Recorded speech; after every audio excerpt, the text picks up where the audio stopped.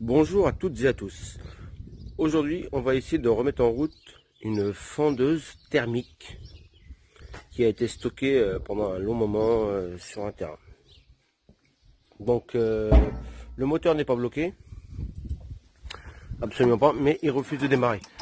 Donc, on va d'abord vérifier filtre à air, bougie et le carburateur. Ici. Voilà, j'ai donc démonté le filtre à air qui est relativement propre, donc le souci ne vient pas de là. La bougie présente quelques traces d'oxydation. Je soupçonne une infiltration de l'eau de pluie quand elle était stockée, à mon avis. Je vais vérifier quand même l'allumage. Je ne sais pas si on va voir l'image. Il y a de l'allumage. Donc c'est ok. Ça ne vient pas de l'allumage. Sur ces modèles-là, il faut également vérifier le niveau d'huile hydraulique, ici, ainsi que le niveau moteur, l'huile moteur. Pourquoi? Tout simplement parce que lorsque l'huile moteur présente un niveau trop bas, il y a une sécurité qui empêche le moteur de démarrer. Donc là, j'ai vérifié, le niveau est correct. Donc, je vais continuer en démontant déjà la cuve du carburateur pour voir dans quel état elle est. Donc je continue comme prévu à démonter la cuve dans un premier temps pour voir un petit peu dans quel état elle se retrouve. Alors, lorsque j'ai démonté la cuve, il y a un liquide orangeâtre qui est sorti très sale. Donc je soupçonne de plus en plus qu'il y a eu une infiltration d'eau qui est passée à travers le carbu. D'ailleurs, vous pouvez constater l'état désastreux de la cuve. Complètement bouché de partout et oxydé. Donc là, je vais continuer par démonter le carbu en entier. Donc on peut voir aussi l'état. Donc on démonte les deux écrous. Et le deuxième.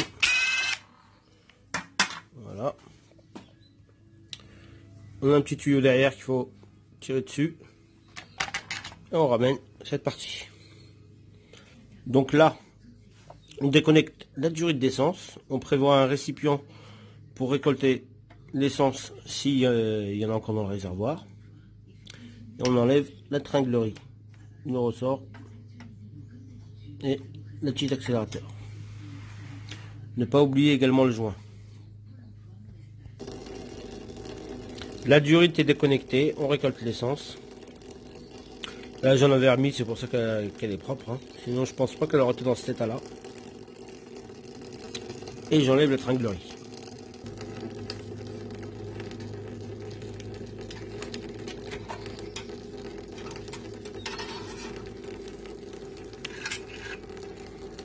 Voilà le carburateur.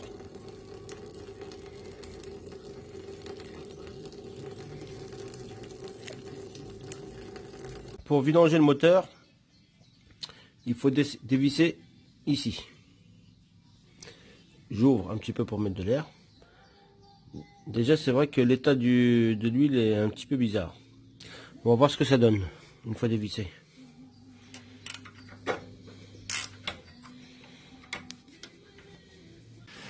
Donc c'est bien ce que je pensais, ça confirme bien mon idée de départ. Hein.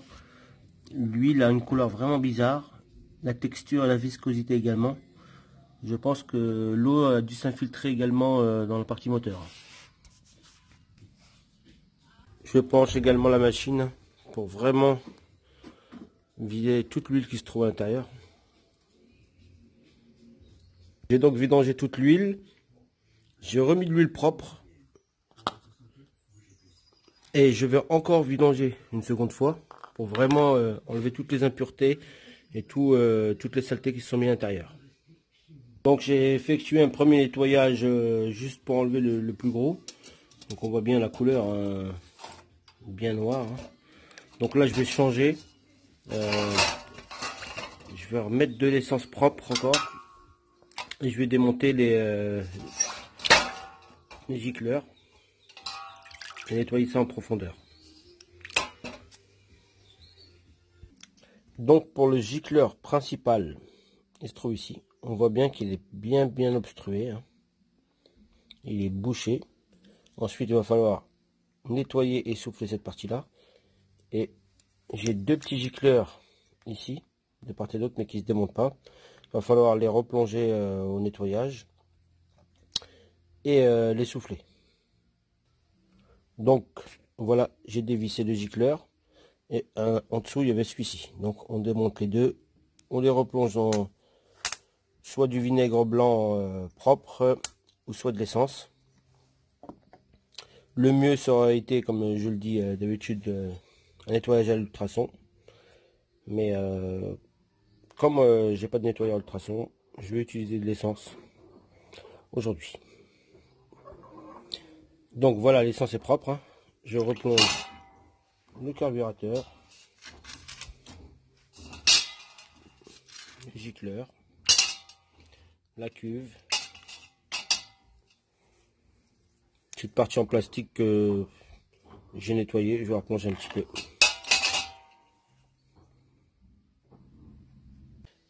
Pour améliorer le nettoyage de la cuve, je vais utiliser un anti-résine en mousse qui va venir ronger un petit peu tout ce qui reste dans la cuve.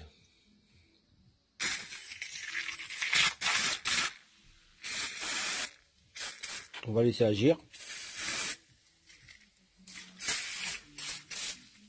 Donc voilà le résultat après nettoyage à l'anti-résine.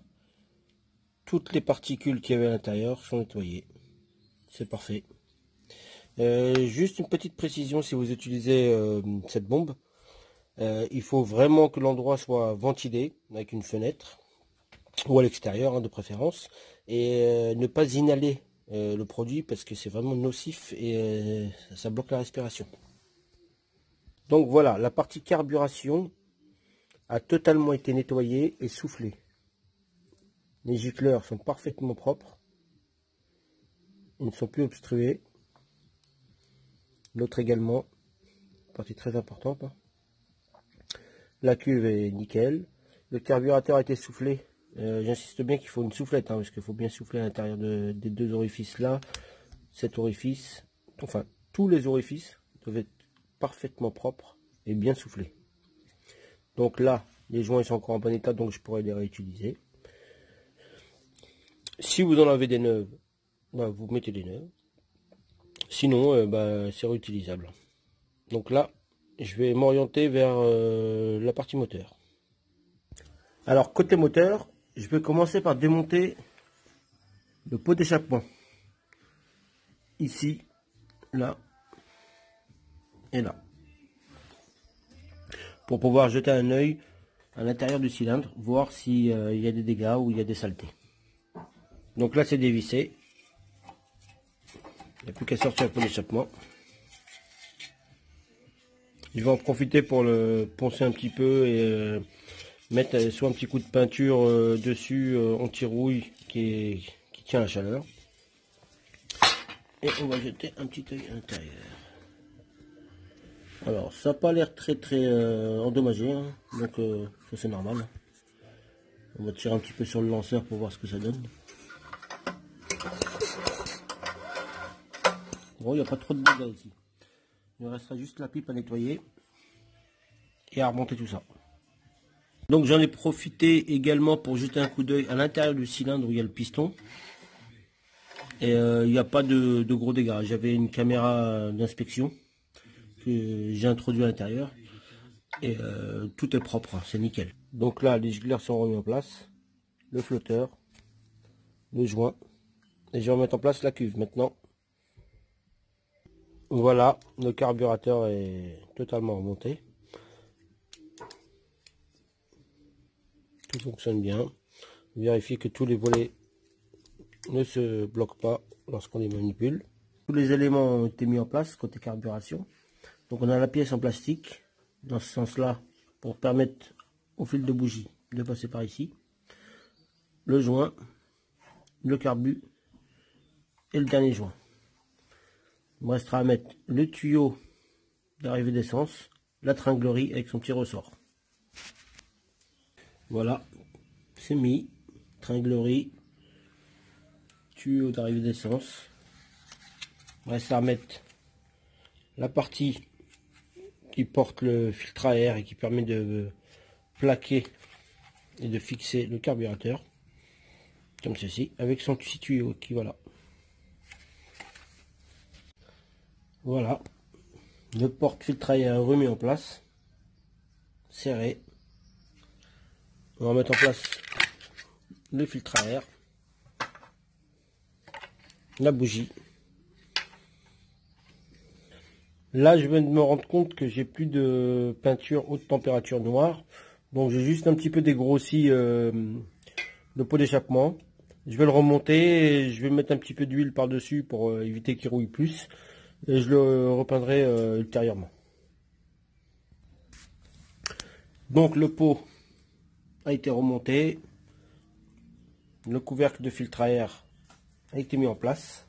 J'ai également effectué la vidange de l'huile hydraulique qui se trouve à ce niveau là. Donc on ouvre ce bouchon, on dévisse les croquets en bas, on a réussi à le voir, voilà celui-là. On vidange le tout et on refait le plein. Donc l'huile n'était pas très sale, hein.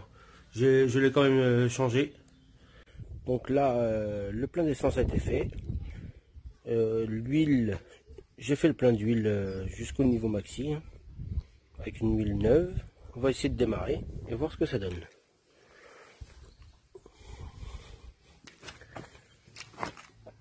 Starter.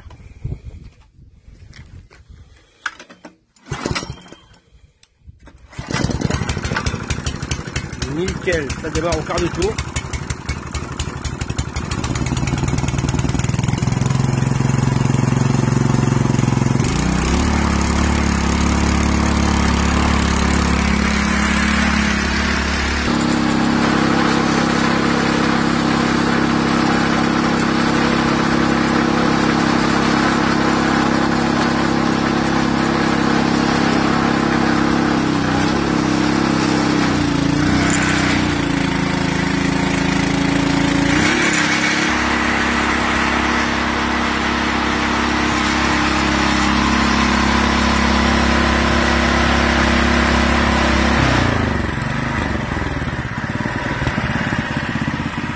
Bon, il fonctionne parfaitement. Il ne me reste plus qu'à nettoyer, graisser toutes ces parties là, bien lubrifier. Et je referai une autre vidange moteur par la suite pour vraiment enlever tout ce qui reste dedans. Comme là l'huile a bien circulé dans le moteur. Et ben, je suis content que ça ait bien démarré. J'espère que cette vidéo vous aidera. N'hésitez pas à mettre un pouce bleu, à vous abonner, à me poser des questions si vous en avez. Merci. Allez, ciao.